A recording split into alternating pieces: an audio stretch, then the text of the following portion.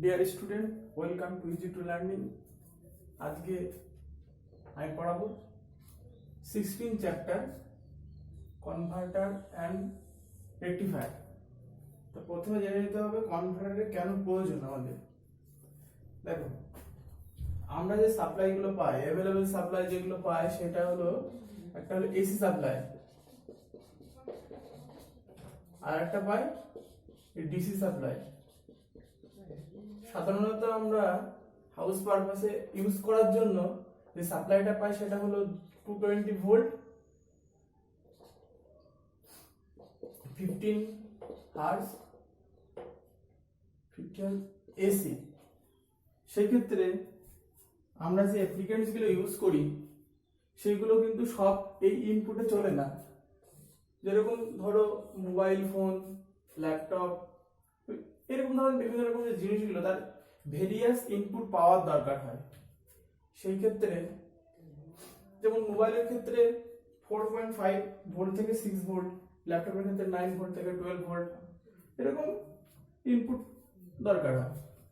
তাই এই input voltage বা বিভিন্ন রকমের কারেন্টের জন্য আমাদের কনভার্ট করতে হয়, ভোল্টেজটাকে কনভার্ট করতে হয়।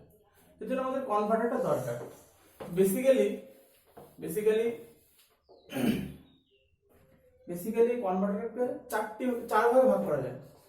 একটা হলো এসি টু ডিসি কনভার্টার, আর একটা হলো এসি টু এসি কনভার্টার, আর একটা হলো ডিসি টু এসি কনভার্টার, আর একটা হলো ডিসি টু ডিসি কনভার্টার। তাই এই চারটে ভাগের মধ্যে এই এসি টু ডিসি কনভার্টার কি করছে, এসি থেকে ডিসি তে কনভার্ট করছে। তাই এর মধ্যে যে জিনিসগুলো পড়ে সেটা হলো রেকটিফায়ার, এটাই মেন, রেকটিফায়ারটা পড়ে। এবার সেকেন্ড পড়ে হলো সাইক্লো কনভার্টার, ট্রান্সফরমার, এইগুলো। আর ডিসি টু এসি হলো ইনভার্টার, আর ডিসি টু ডিসি হলো চপার। এই টেবিলটা কিন্তু তোমাদের মনে রাখতে হবে, কারণ বিভিন্ন কম্পিটিটিভ এক্সামে এইখান থেকে কিন্তু কোশ্চেন আসে। আচ্ছা, ঠিক আছে। এবার আমি তোমাদের বোঝাবো যে রেকটিফায়ারটা কিভাবে এসি থেকে ডিসি তে কনভার্ট করছে। তাহলে ফার্স্ট আমরা রেকটিফায়ার করব। রেকটিফায়ার এটাকে না এসি থেকে ডিসি তে কনভার্ট করছে। সিম্পলি একটা এসি দেখতে কিরকম হয়, একটা এসি ভোল্টেজ সাপ্লাই যদি বলি তাহলে আমাকে এসিটাকে এইভাবে দেখাতে হয়। এর অর্থ হলো যে এটা অল্টারনেটিং নেচার, মানে একবার পজিটিভ একবার নেগেটিভ। দেখো, এই পোর্শনটুকু পজিটিভ, এই পোর্শনটুকু নেগেটিভ। সেক্ষেত্রে যদি আমি একটা টাইম পিরিয়ড ধরি, এই টাইম পিরিয়ডটা যদি 2π ধরি, তাহলে এখানে পাই, তার মানে 0 to π পর্যন্ত এ পজিটিভ, আবার π থেকে 2π পর্যন্ত নেগেটিভ। তাহলে সেই ক্ষেত্রে এইটাকে ডিসিতে কিভাবে কনভার্ট করব সেটা বুঝতে গেলে প্রথমে বুঝতে হবে তোমাদের ডায়োড কি, এসসিআর কি। তা বেসিক্যালি ডায়োডটা বুঝলেই হবে, একটা বেসিক কনসেপ্ট পাওয়া যাবে ডায়োড বুঝলে। ডায়োডটা কি জিনিস বোঝাচ্ছি। দেখো, ডায়োড হলো, এখানে দেখাই, এরকম ধরনের ডায়োড হয় দেখতে। তা ডায়োড হলো একটা ডিভাইস যেটা শুধুমাত্র ইউনিডিরেকশন কারেন্ট ফ্লোটাকে অ্যালাউ করে, মানে একদিকে, এর মধ্যে দিয়ে একদিকেই কারেন্ট ফ্লো হবে, মানে এইটা পজিটিভ টার্মিনাল, এইটা নেগেটিভ টার্মিনাল।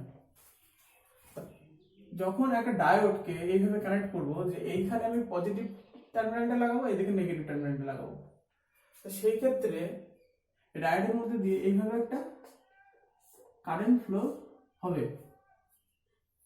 কিন্তু যদি উল্টো করে লাগায়, মানে ধরো এই ডায়োড এইখানে নেগেটিভ এইখানে পজিটিভ লাগায়, তাহলে সেই ক্ষেত্রে তো এই দিকে কারেন্ট ফ্লো হওয়ার কথা, কিন্তু হবে না, কারেন্ট ফ্লো হবে না, কারণ একদিকে কারেন্টটাকে অ্যালাউ করে। মানে এইভাবে তুমি মনে রাখবে যে এইটা কিন্তু এই এই অংশটা বাদ দিলে কিন্তু একটা তীরের মতো লাগে। তাহলে কারেন্ট ডিরেকশনটা এই এই সরু অংশটা থেকে বেরোবে, মানে এইভাবে এই দিকে সবসময় এই একদিকে কারেন্ট ফ্লো করবে, কোনোভাবেই এই দিকে কারেন্ট ফ্লো করাবে না। তো সেই ক্ষেত্রে যদি আমি এটা ডায়োড না বলে যদি বলি এটা একটা সুইচ, সুইচ যদি বলি এটা একটা, তাহলে সেই ক্ষেত্রে আমরা বলতেই পারি যে এই সুইচটা অন আছে আর এই সুইচটা অফ আছে,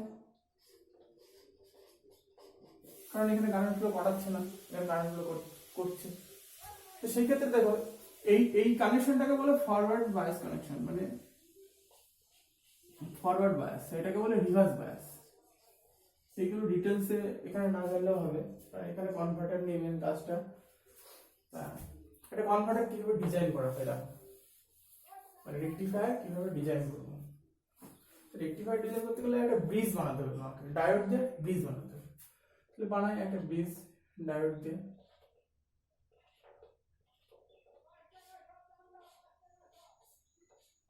এই একটা ডায়োড আর একটা ডায়োড,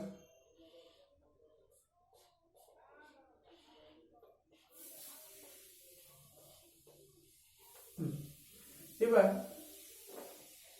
একটা এসি সাপ্লাই দিতে হবে জো টার্মিনালের সঙ্গে, এরকম ধরনের, আর এখানটা একটা লোড লাগাতে হবে, লোড মানে আউটপুট টার্মিনাল। তাহলে সেই ক্ষেত্রে কি হচ্ছে, এসি সাপ্লাই মানে এসি সাপ্লাই, সাপ্লাই অর্থ হলো যে একবার এটা পজিটিভ হবে এটা নেগেটিভ হবে, এবার এই টার্মিনাল গুলো চেঞ্জ করবে।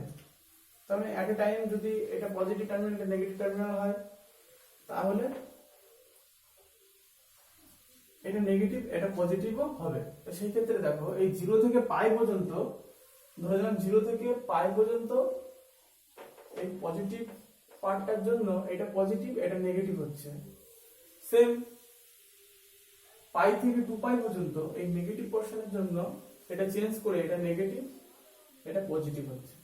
তাহলে এসি সাপ্লাইটা কিভাবে কাজ করছে সেটা বোঝা গেল। এবার দেখতে হবে যে এসি থেকে ডিসি কিভাবে হচ্ছে। স্পেস দরকারের জন্য মুছে দিলাম এটা। এসি থেকে ডিসি কিভাবে হচ্ছে সেটা বুঝতে গেলে দেখো, তার মানে সার্কিটটা দুই ভাবে কাজ করছে, একবার এটা পজিটিভ নেগেটিভ আর একবার এটা নেগেটিভ পজিটিভ। তাহলে আমি সিম্পলি এই সার্কিটটাকে দুটো সার্কিটে ভেঙে নিচ্ছি।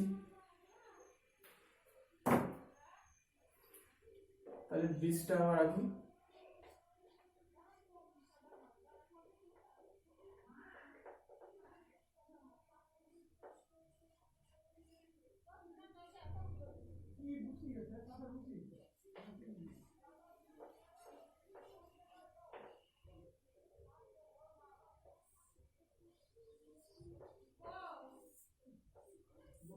লোড।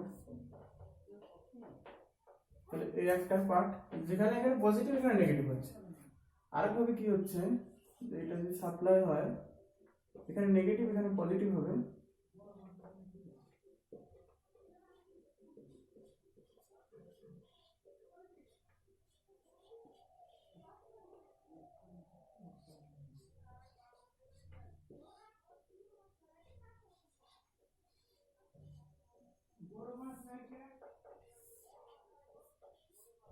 লোড। আমি ধরে নিচ্ছি এটা এ টার্মিনাল এটা বি টার্মিনাল, সেম এটা এ টার্মিনাল এটা বি টার্মিনাল। তাহলে দেখো প্রথমটা দেখো যে এখানটায় পজিটিভ নেগেটিভ, মানে পজিটিভ থেকে কারেন্টটা বেরোবে, তাহলে অবভিয়াসলি কারেন্টটা এইভাবে বেরোলো, বেরিয়ে এই জাংশনে এসে এই দিকে যেতে পারবে না, কারণ এটা রিভার্স বায়াস আছে। কারণ আমি কি বলেছি সবসময় এই মাথা দিয়ে কারেন্টটা বেরোবে, মাথায় ঢুকবে না, তার মানে কারেন্টটা অবভিয়াসলি এই দিকে যেতে হবে। তাহলে এই দিকে গিয়ে যখন এই জাংশনে আসবে তখন দেখো এটাও আবার রিভার্স বায়াস হয়ে গেল, সেই ক্ষেত্রে কারেন্টটা এইভাবে চলে যাবে, দিয়ে এই জাংশনে যখন আসবে তখন নেগেটিভ পাতে আসতে হবে, তো পজিটিভ থেকে নেগেটিভ পাতে আসলে তো এটা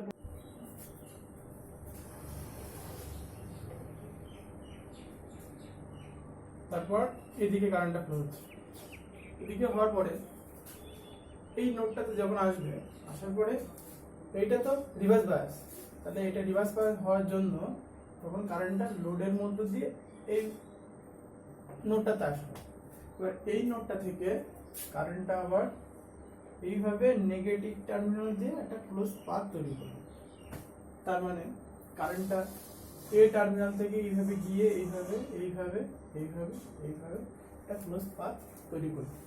সেক্ষেত্রে আমরা যদি সাপ্লাই ভোল্টেজ কেউ যদি বলি ভিএবি ভোল্টেজটাকে যদি আমি অ্যাপ্লাই করি সাপ্লাই ভোল্টেজ হিসাবে, তাহলে এই এ টার্মিনালটা দেখো এইখান থেকে এসে লোডের এই পয়েন্টটা আসলে এই টার্মিনালটা, আর বি টার্মিনালটা দেখো এইখান থেকে এই পর্যন্ত তো শর্টেড, তার মানে বি টার্মিনালটা এইখানে বলতে পারি বি টার্মিনালের ভোল্টেজ আর এই বি পয়েন্টের ভোল্টেজ, এই বি পয়েন্ট আর এই বি পয়েন্টের ভোল্টেজ সেম, এই পয়েন্টের ভোল্টেজ আর এই পয়েন্টের ভোল্টেজ সেম, তার জন্য এই পয়েন্টটাকে এখানে লিখলাম, বি পয়েন্টটাকে এখানে লিখলাম। তাহলে লোডের অ্যাক্রস যে ভোল্টেজটা আমরা পাচ্ছি ভিএবি। তার মানে 0 টু পাই পর্যন্ত আমরা এই ভিএবি ভোল্টেজটাই পাচ্ছি। আচ্ছা, এবার সেকেন্ড হাফ সাইকেলের জন্য যেটা পাই থেকে 2 পাই, পাই থেকে 2 পাই পর্যন্ত এদের নেচারটা দেখো অপোজিট মানে এই পজিটিভ টার্মিনালটা নেগেটিভ হয়ে যাবে, নেগেটিভটা পজিটিভ হয়ে যাবে, অর্থাৎ এই সাপ্লাইটা তখন উল্টো ভাবে অ্যাপ্লাই করা হয়েছে এরকম মনে হচ্ছে। সেই ক্ষেত্রে দেখো সেই ক্ষেত্রে কি হচ্ছে, পজিটিভ টার্মিনাল থেকে কারেন্টটা বেরোবে, তার মানে কারেন্টটা এর আগের বার এই দিকে বেরিয়েছিল, এবার এই দিকে বেরোবে সাপ্লাই থেকে। এই দিকে যখন বেরোচ্ছে, এদিকে বেরোতে বেরোতে যখন এই পয়েন্টটা আসছে, এই পয়েন্টটা আসার পরে দেখো এটা রিভার্স বায়াস, এটা ফরওয়ার্ড বায়াস, তার জন্য এই দিকে আসলো, এই দিকে আসার পরে এইটা আবার রিভার্স বায়াসে চলে গেল, তারপরে আবার লোডের দিকে চলে যাবে কারেন্টটা। লোডের যখন এই পয়েন্টটায় আসবে, এই নোডে আসার পরে দেখো নেগেটিভ টার্মিনালে যাওয়ার জন্য এই পাথটা ফ্লো করবে, এই পাথটা ফ্লো করে একটা ক্লোজ পাথ তৈরি করবে। আর ক্লোজ পাথে কিভাবে কারেন্টটা ফ্লো করছে, বি টার্মিনাল থেকে শুরু হয়ে এইভাবে যাচ্ছে, এইভাবে এইভাবে এইভাবে এইভাবে। তাহলে সেম এর মতো যদি আমি এইখান থেকে অ্যানালাইসিস করি, তাহলে দেখো বি পয়েন্টটা এইভাবে এসে এই পর্যন্ত এসে, তার মানে এই পর্যন্ত শর্টেড, মানে এই বি পয়েন্টটা বলতে পারি বি পয়েন্টের ভোল্টেজ আর এই পয়েন্টের ভোল্টেজ সেম, তার মানে বি পয়েন্ট এখানে আছে বলতে পারি।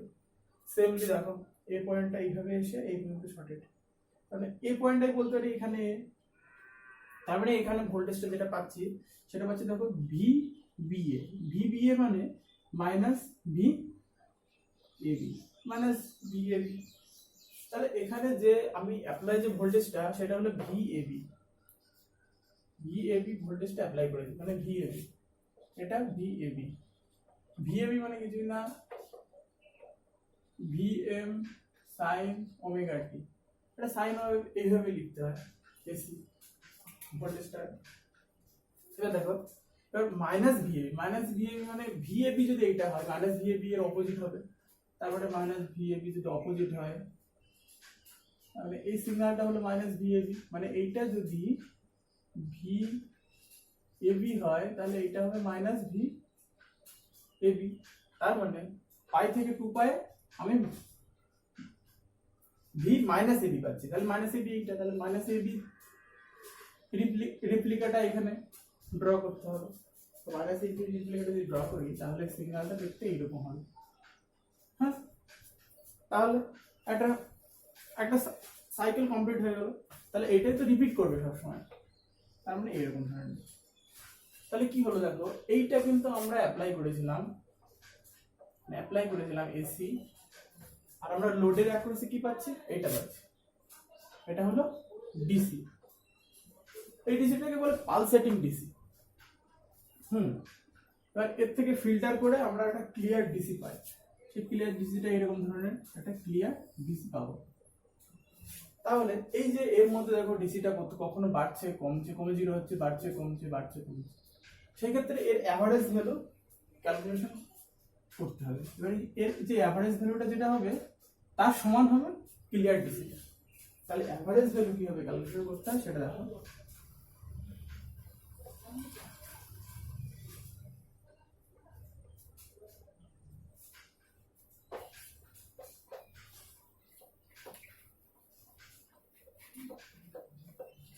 অ্যাভারেজ ভ্যালু ক্যালকুলেশন করার সময় দেখো এইখান থেকে মানে এইটা হলো অ্যাভারেজ ভ্যালু, মানে ভি এ ভি জি, এই ভ্যালুটা আমাকে ক্যালকুলেশন করতে হবে। তাহলে দেখো 0 টু পাই, 2 পাই, 3 পাই, একটা সাইকেল, মানে একটা রিপিটেশন কোথা থেকে চালু হচ্ছে। দেখো 0 থেকে সিগন্যালটা এইভাবে গিয়ে এইভাবে আসছে, সেই সেম সিগন্যালটা দেখো রিপিট করছে। তার মানে আমি একটা টাইম পিরিয়ড বা একটা সিগন্যালের যে টাইম পিরিয়ড বলতে পারি পাই। আর অ্যাভারেজ ভ্যালু বের করার নিয়মটা হলো V A V G average is equal to 1 by time period integration of 0 to T, মানে টাইম পিরিয়ড সিগন্যালটা কি V M sine omega T, লিখবো V M sine omega T. তারপরে এটাকে ইন্টিগ্রেশন করতে হবে, তারপরে ডি ওমেগা টি দিয়ে ইন্টিগ্রেশন করবো। সিম্পলি ইন্টিগ্রেশন টাইম পিরিয়ড বসাই 1 বাই পাই, পাইটার টাইম পিরিয়ড 0 টু পাই, এবার V M sine omega T D omega T. এবার ভি এমটাকে এইখান থেকে বাইরে বের করে নিয়ে আসি, ভি এম। এবার ইন্টিগ্রেশনটা করি, ইন্টিগ্রেশন সাইনের ইন্টিগ্রেশন সবাই জানে, minus cos omega T 0 to pi হলো, ভ্যালু বসাও V M by pi minus cos pi minus plus cos 0, V M by pi minus cos pi মানে মাইনাস 1, আর সামনে যেহেতু মাইনাস 1 আছে মাইনাস 1 প্লাস 1, সেক্ষেত্রে এটাকে লিখতে পারি V M by pi 1 plus 1, অর্থাৎ vm by 2 vm by pi. তার মানে এই 2 vm বাই পাইটা হলো আমার অ্যাভারেজ ভ্যালু।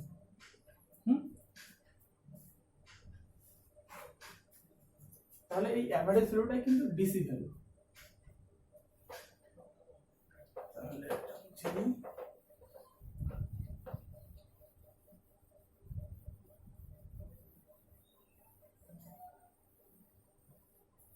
এবার ডায়োড দিয়ে যদি আমি ব্রিজ রেকটিফায়ার তৈরি করি তাহলে সেটাকে বলে আনকন্ট্রোল রেকটিফায়ার। এবার ডায়োডের জায়গায় যদি থাইরিস্টার দিয়ে ইউজ করি, থাইরিস্টার দেখতে এরকম হয়, এটাকে বলে থাইরিস্টার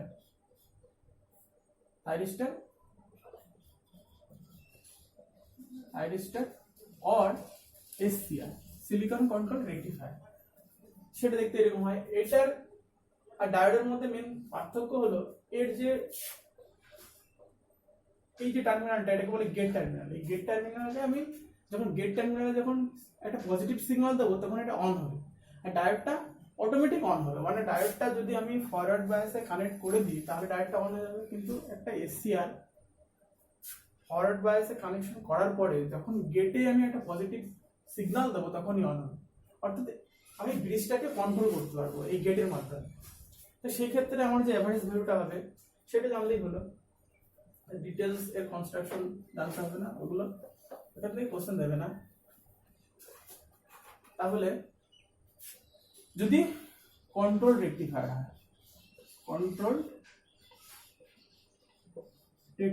হয় তাহলে অ্যাভারেজ ভ্যালু হবে 2 vm by pi cos alpha, আলফাটা হলো ফায়ারিং অ্যাঙ্গেল, এটা মনে রাখো। আর যদি আনকন্ট্রোল হয়, আনকন্ট্রোল রেকটিফায়ার,